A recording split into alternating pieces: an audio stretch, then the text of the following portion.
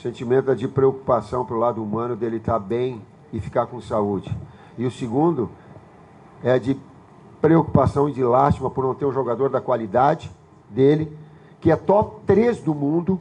Para mim, ele é hoje, afora Messi e Cristiano Ronaldo, ele se compara só a Hazard, porém ele tem uma vantagem em relação a Hazard. Ele executa mais rápido, eles pensam na mesma grandeza, mas ele executa mais rápido que o Hazard. Então é esse jogador que a gente perde. Estou falando de atleta, não estou falando das circunstâncias todas que envolvem. Eu disse isso a ele. É a minha opinião.